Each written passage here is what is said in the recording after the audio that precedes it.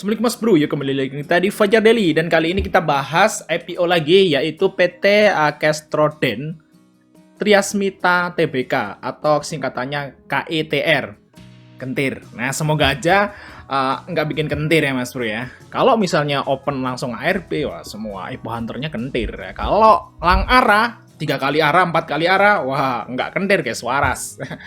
Oke, kita akan lihat di sini untuk periode book buildingnya adalah tanggal 20 Oktober sampai tanggal 26 Oktober. Nah, di sini untuk harganya adalah 346 sampai 360. Nah, sebelum kita masuk ke prospektusnya, saya akan lihat dulu nih guys, saya akan ngelihatin dulu kentir itu perusahaan apa itu. Oke Mas Bro, sebelum kita lanjut ke videonya, saya kasih pemberitahuan bahwa sekarang grup STS buka lagi guys, grup STS Instruksi dan Rekomendasi sesi 15. Nah, untuk saat ini masih sesi 14 sampai tanggal 31 Oktober. Nah, untuk yang sesi 15 itu di bulan depan, tanggal 1 sampai tanggal 30 November. Nah, bagi teman-teman yang pengen dapat stok pick saham harian, BSJP, scalping, atau swing, Mas Bro bisa gabung ke STS 15. Japri saja langsung, kontaknya semua ada di deskripsi dan donasi hanya 100.000. Ya, bagi teman-teman yang masih belum jelas tentang grup ini, Mas Bro bisa lihat videonya di pin di atas. Ya, lihat dulu atau langsung japri saya aja buat tanya-tanya. Nah, kita lanjut ke videonya guys. Apa itu KNTR itu perusahaan apa? Di sini adalah perusahaan konstruktor dan pemeliharaan kabel fiber optik. Nah, ini mirip kayak Mora, guys. Nah, Mora Telindo yang kemarin baru IPO ini adalah mungkin kompetitornya, tapi ini kelasnya beda. Maksudnya gedenya beda. Kalau Mora kan gede, kalau ini kecilnya, guys. Seperti ya, versi mininya Mora seperti itu. Nah, kita akan lihat apakah ini sebaik Mora atau malah lebih baik ya, atau lebih buruk. Nah, kita lihat ke prospektusnya, guys. Nah, kita lihat di sini yang pertama adalah dari penjamin emisi. Ya, penjamin emisi di sini adalah PT Sinhan Sekuritas Indonesia. Nah, Sinhan itu yang terakhir adalah WGSH. Kayaknya sih yang terbaru apa ya Sinhan ya? Saya agak lupa. Kayaknya yang belum tercatat di sini tuh ada yang IPO-an bulan lalu ya. Apa ya? Saya lupa. Kita lihat WGSH dulu. Nah, ini Sinhan guys. Kalau IPO itu kita harus perhatikan underwriter-nya ya. Kalau misalnya underwriter-nya itu bagus, yang suka ngarahin saham, nah kita ikut seperti itu. Karena kalau baca fundamental sebenarnya nggak terlalu pengaruh guys kalau IPO gitu ya. Walaupun fundamentalnya bagus, dijualnya harganya murah. Nah, kalau UE-nya tukang guyur ya tetap aja IPO hunter rugi. Tapi kalau fundamentalnya jelek ya, walaupun fundamentalnya jelek, tapi kalau UE-nya suka ngegoreng saham kan IPO hunter untung kan, kita bahas IPO hunter guys ya. Nah, kita di sini WGSH naik banyak ya, 1 2 3 4 5 kali arah. Terus yang agak lamaan adalah dari Dada guys. Nah, Dada ini 50 ya sekarang ya, di Diamond Citra di sini. Kita lihat pas IPO-nya aja nih, tapi ada kehidupan guys Dada guys. Oh, udah mulai ada akumulasi nih si Dada guys. Masih bisa pantengin Dada ya. Dan di sini Dada arah 1 kali ya ternyata. Arah 1 kali guys si Dada guys. Tapi habis itu dinaikin lagi. Ya seperti ini guys. Jadi datanya belum banyak kalau si Sinhan itu nge-IPO-in sebuah saham seperti itu. Nah, kita lihat kira-kira prospek dari usahanya itu gimana ya. Kalau menurut saya sih prospek usahanya sangat bagus kayak Mora guys. Karena di masa yang akan datang pasti perusahaan telekomunikasi atau kabel-kabel fiber optik seperti ini, apalagi ada pemeliharaannya di situ, pasti akan bagus di masa yang akan datang guys. Dan kayaknya sekarang ini kan kabel-kabel fiber optik atau perusahaan telco kan hanya ada di yang banyak tuh di Sumatera dan Jawa aja. Kalimantan pun sebagian, Sulawesi ya, Indonesia Tengah dan Timur kayaknya belum terlalu banyak. Nah, kalau kita ngomong ke masa depan, nanti Indonesia Tengah dan Indonesia Timur itu masuk nih telco seperti ini ya, kabel fiber optik seperti ini, pasti perusahaan-perusahaan macam gini nih yang akan tumbuh sangat pesat guys. Jadi menurut saya sih Mora, terus ini juga sangat oke kalau ngomong masalah masa depan. Oke, kita langsung lihat aja ke bagian sini guys, yaitu ke bagian dari saham nomor 14 ini kentir. Nah, semoga nggak bikin kentir. Nah, kita lihat di sini, ini adalah porsi pemegang sahamnya, itu pengendalinya adalah VSMN. Nah, di sini ada Pak Petrus nih, Pak Petrus memegang 1%. Nah, ini kalau IPO arah 3 kali langsung jadi orang kaya nih Pak Petrus nih. Nah, kita lihat di sini masyarakatnya 15%. Jadi KETR itu hanya melepas 15% sahamnya mereka. Jadi nggak terlalu banyak guys. Wah, ini mantap sekali nih. Apakah ini akan arah berjilid-jilid? Wah, Kita akan lihat nanti valuasinya guys. Terus selanjutnya adalah penggunaan dana nomor 14. Nah ini kita lihat apa sih tujuan dari penggunaan dananya guys. Nah kita lihat di sini ya. Rencana penggunaan dana ya. Seluruh dana yang diperoleh dari penawaran umum perdana saham ini setelah dikurangi biaya emisi akan dialokasikan untuk modal kerja atau entitas anak. Terutama menggunakan modal kerja untuk membiayai kegiatan operasional proyek untuk segmen bisnis developer, kontraktor, dan jasa pemeliharaan sehingga menghasilkan suatu progres di mana kemudian berdasarkan progres tersebut perusahaan entitas anak akan melakukan penagihan kepada pelanggan modal kerja tersebut dalam bentuk pembelian material, pembelian peralatan, dan pembiayaan operasional usaha kata bla bla bla. Nah, kayaknya ini kan KNTR ini selain dari dia itu selain pemeliharaan kabel fiber optik, dia juga bikinnya mas bro, bikin konstruksinya gitu ya, bikin kabelnya panjang seperti itu baru nanti ditagih ya, nanti pelanggannya ya kayak Telkom, Indosat seperti itu. Jadi setelah dia bikin kabel fiber optik dari wilayah 1 ke wilayah 2 seperti itu, nah nanti biayanya berapa, nah itu akan dibebankan ke pelanggannya ya. So ini mirip kayak seperti Waskita, Wika seperti itu guys. Kalau Waskita bikin tol. Nah, setelah tolnya jadi, baru PT yang akan ngelola itu beli tolnya ke Waskita. Seperti itu ya, maksudnya membeli betonnya tersebut ya, pengerjaannya ya, pengerjaan. Jadi seperti itu. Waskita bikin, seperti kalau Waskita, terus ada PT-nya misalnya, ya, yang akan ngelola tol tersebut, dan PT tersebut akan bayar ke Waskita. Dan ini sama. KNTR bangun kabel fiber optik, udah jadi biayanya segini, nah si pelanggannya akan membayar ke KNTR. Ya pelanggannya ya perusahaan-perusahaan telekomunikasi besar ya kayak Telkom, Indosat. Ini kita coba akan lihat siapa aja pelanggan dari KNTR. Oke, selanjutnya adalah nomor 16 yaitu bagian dari aset guys. Nah, kita lihat di sini untuk asetnya. Nah, asetnya itu lumayan gede ya, walaupun enggak segede Mora. Kalau Mora itu kayaknya gedenya itu ya mungkin 10 atau 20 kali lipat lebih gede daripada ini. Cuman ini ya mendingan guys, kalau kita lihat di sini untuk asetnya itu adalah 1 triliunan lah. Ya, lumayan termasuk gede. Terus kita lihat di sini untuk hutangnya guys ya, liabilitasnya. Kita lihat di sini untuk liabilitas jangka pendek 129 miliar. Terus total liabilitas jangka panjang udah 590. Artinya liabilitas jangka pendeknya itu lebih kecil dari jangka panjang. Jadi kayaknya aman dalam jangka pendek, hutangnya itu kecil. Terus untuk ekuitasnya liabilitasnya totalnya segini guys, 720 miliar. Nah, kalau kita lihat dibanding dengan ekuitas 697. Ya, jadi nanti DER-nya akan di atas 100% karena ekuitasnya lebih kecil daripada liabilitas. Tapi kalau kita lihat di sini ya sebenarnya sih ada peningkatan ekuitas ya, kalau dari tahun ke tahunnya guys. Kalau liabilitasnya ya meningkat juga sih. Oh, meningkat ya. Yo naik juga ya. Utangnya naik, ekuitas naik ya. Seperti itu mungkin ya. Karena kalau perusahaan seperti ini kan dia utang dulu biasanya guys. Nama perusahaan konstruksi kan gitu. Dia utang dulu ke bank, bangunlah itu fiber optik. Nah, nanti setelah jadi baru diserahkan ke pelanggan, pelanggannya bayar. Jadi kan modalnya dari utang awalnya guys kalau perusahaan kayak gini. Oke, kita lihat dari laba ya. Labanya gimana kira-kira nih? Menarik nggak nih dari labanya nih? Laba usahanya guys. Kita lihat laba usaha dari tahun 2019. Ini dalam rupiah 96 miliar, naik ya. 2020 jadi 106. Terus kita lihat dari sini ke 2021 naik lagi. Nah, ini 2021 full 4 quarter. Nah, kalau kita lihat di sini ada peningkatan yang signifikan guys ya. Di tahun 2021 quarter 2 ini langsung loncat tinggi banget. Jadi 89 miliar yang sebelumnya 21 miliar ke 89. Artinya di quarter 2-nya ini ada peningkatan yang sangat signifikan guys. Kita lihat di sini ya. Di kuarter 1 2021 21 miliar. Di kuarter 2 2021 jadi loncat 89. Artinya naik itu sekitar berapa? 4 kali lipat. Nah, ini juga ya guys, di tahun 2022 kuarter 1 itu 12 miliar. Di kuarter 2-nya itu jadi 55. Artinya pendapatannya si KETR itu bagusnya cuma di kuarter 2. Nah, ini bisa jadi istilahnya itu kalau Mas Bro swing, kalau Mas Bro mau swing, Mas Bro belilah KETR ini di kuarter 1. Laporan keuangannya muncul kuarter 1 kecil. Nah, nanti di kuartal 2 dia akan gede. Biasanya akan loncat seperti itu. Mas Bro inget-inget aja perusahaan yang seperti ini. Biasanya perusahaan itu hampir sama, guys. Misalnya tiap tahun itu di kuartal 2 bagus terus. Nah, itu Mas Bro ditandai. Nah, saat harganya sahamnya turun saat kuartal 1 misalnya itu jelek. Nah, karena tiap tahun itu kuartal 2-nya itu bagus, Mas Bro bisa swing di situ. Nah, 3 bulan saat laporan keuangan kuartal 2 keluar dan bagus, nah Mas Bro bisa jual sahamnya.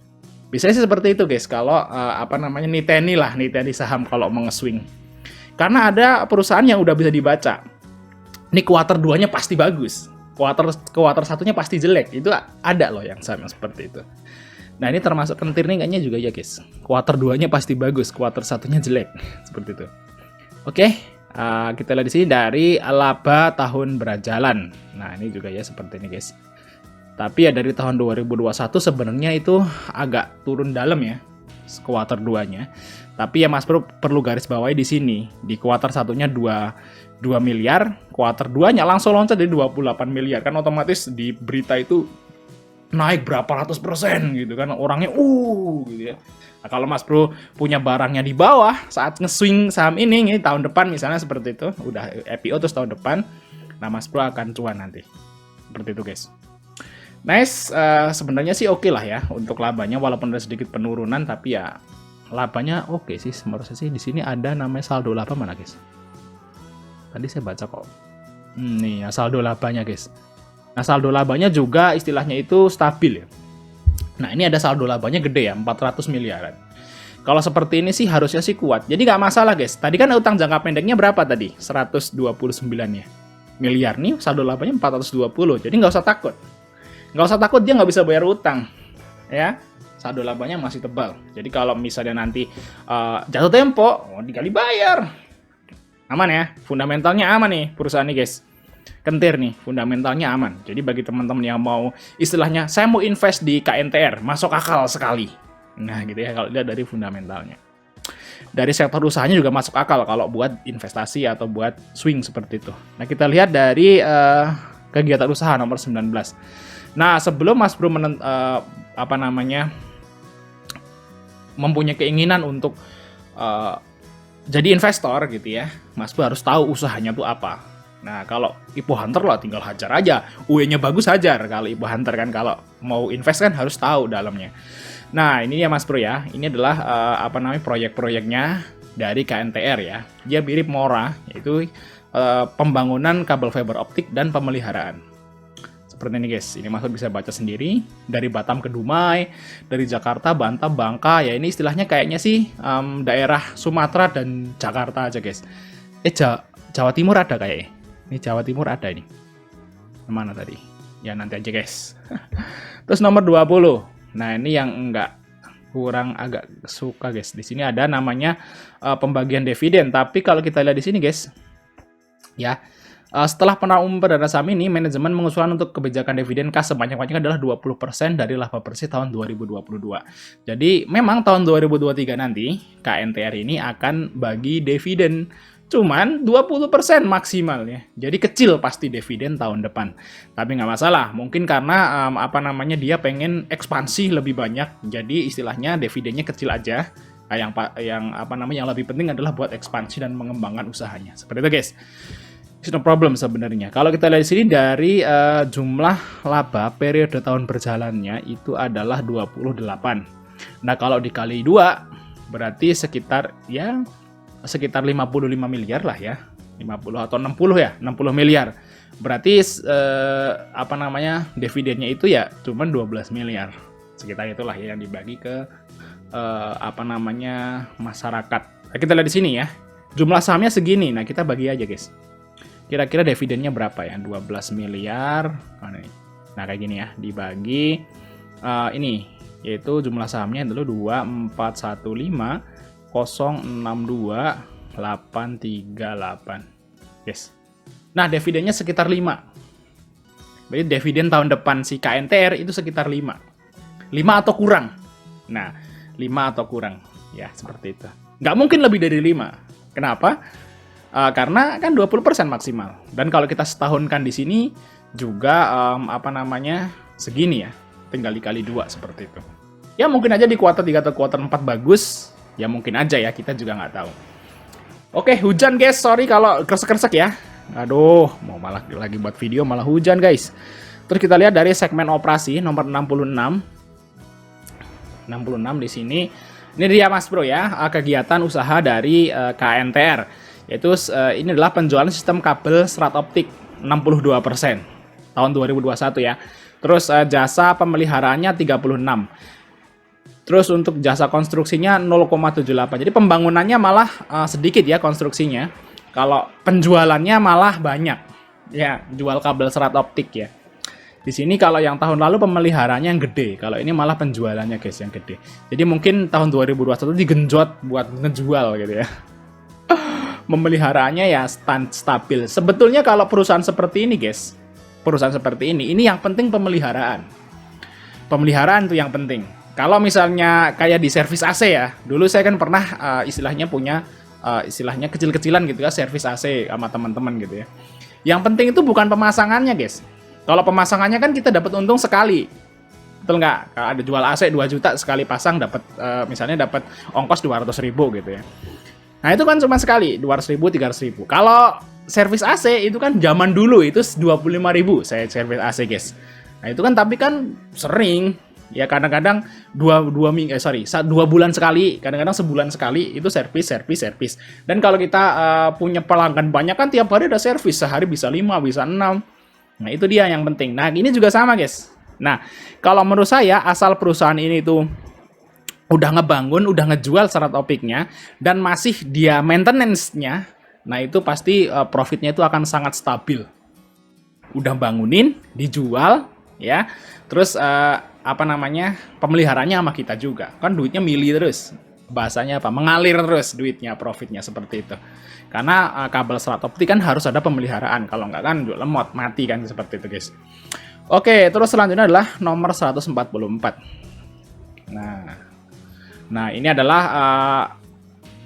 jalur kabelnya lah, mungkin seperti itu guys, tapi nggak jelas nih. Nah ini pelanggannya. Nah saya bilang tadi ya pelanggannya. Ini pelanggan dari Kentir ini ternyata perusahaan-perusahaan yang TBK juga guys. Ini Indosat, ISAT. Ternyata Indosat itu juga pakai jasa dari KNTR. Kalau Indosat kan providernya Indosat Ooredoo. Nah jaringannya ternyata sebagiannya pakai jasa dari KNTR.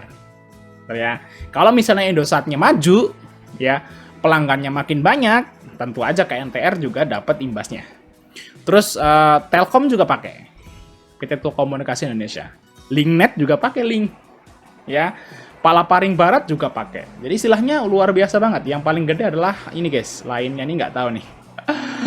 Tapi yang paling besar kalau yang TBK adalah yang Indosat nih guys, yang perusahaan-perusahaan besar nih ya. Yang paling gede adalah Indosat. Jadi mungkin ini akan sangat berhubungan sama Indosat. Jadi kalau Indosatnya profitnya naik, ini harusnya ikut naik. Seperti itu guys ya. Next kita langsung lihat dari rasio fundamental. Ternyata fundamentalnya juga lumayan bagus dan dijualnya murah guys. Nah kita lihat di sini ya. KNTR harganya 246 sampai 360. Harga bukunya adalah 288. Ya, kalau dealnya di 246, PBV-nya 0,8. Murah guys, ini dijualnya under 1. Jarang-jarang EPO jual under 1. Yang terakhir adalah gula, terigu. Nah itu yang kemarin ya. Terus sekarang ini guys, ya perusahaan yang prospeknya bagus, profitnya juga lumayan, dijualnya under 1. Wow, mantap. Kalau dapat di bawah harga EPO, wow, murah guys, murah guys. Kalau kita bandingin dari Moranya aja itu 2 kali saat ini. Harganya 500 itu 2 kali PBV. Untuk pernya lebih bagus dari Mora, 21. Nah, Mora 39. Gitu ya. Terus untuk DER-nya lebih bagus juga dari Mora. Mora 200%, dia cuma 103%. Nah, dari PBV-nya lebih bagus dari Mora, dari pernya lebih bagus, dari DER-nya lebih bagus. Wow. ROE-nya emang kalah sama Mora ya. Mungkin Mora karena udah senior gitu ya, ROE-nya gede. Tapi kalau yang ini 4%, tapi ya mending lah. Nah, kita lihat di sini untuk caps-nya ini kecil. Mora sekarang 13 triliun. Tapi Kentir itu 600 lah ya, 600 miliar. Artinya masih banyak banget ruang buat tumbuh. Karena capsnya kecil. Kalau dia naik 2 kali lipat, PBV baru 1,5.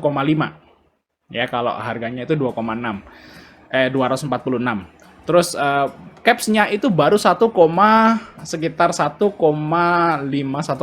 triliun. Itu sangat kecil, masih kecil. Jadi masih mungkin kalau ini ARA, guys. ARA dan Bagger. Mungkin banget nih. KNTR ini ARA dan Bagger masih mungkin. Karena kalau Bagger pun PBV-nya masih 1,6. 1,5, 1,6. Apalagi ini dana IPO juga belum masuk.